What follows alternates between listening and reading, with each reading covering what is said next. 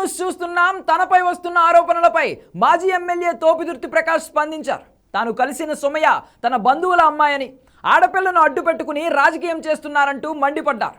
జగన్ రాప్తాడుకు వస్తున్న కారణంగా బురద జల్లే ప్రయత్నం చేస్తున్నారంటూ ఆరోపించారు. ఇలాంటి నీచ రాజకీయాలకు భయపడేదే లేదంటూ సుమయ్యతో తన కుటుంబ సభ్యులు ఉన్న ఫోటోలను కూడా పోస్ట్ చేశారు. హీరోయిన్ సుమయారెడ్డి, రాప్తాడు మాజీ ఎమ్మెల్యే వైసీపీ కీలక నేత తోపుదుర్తి ప్రకాష్ రెడ్డి ఇటీవల ఒక ఎయిర్పోర్ట్లో కలిసి ఉన్న వీడియో సోషల్ మీడియాలో వైరల్గా మారింది.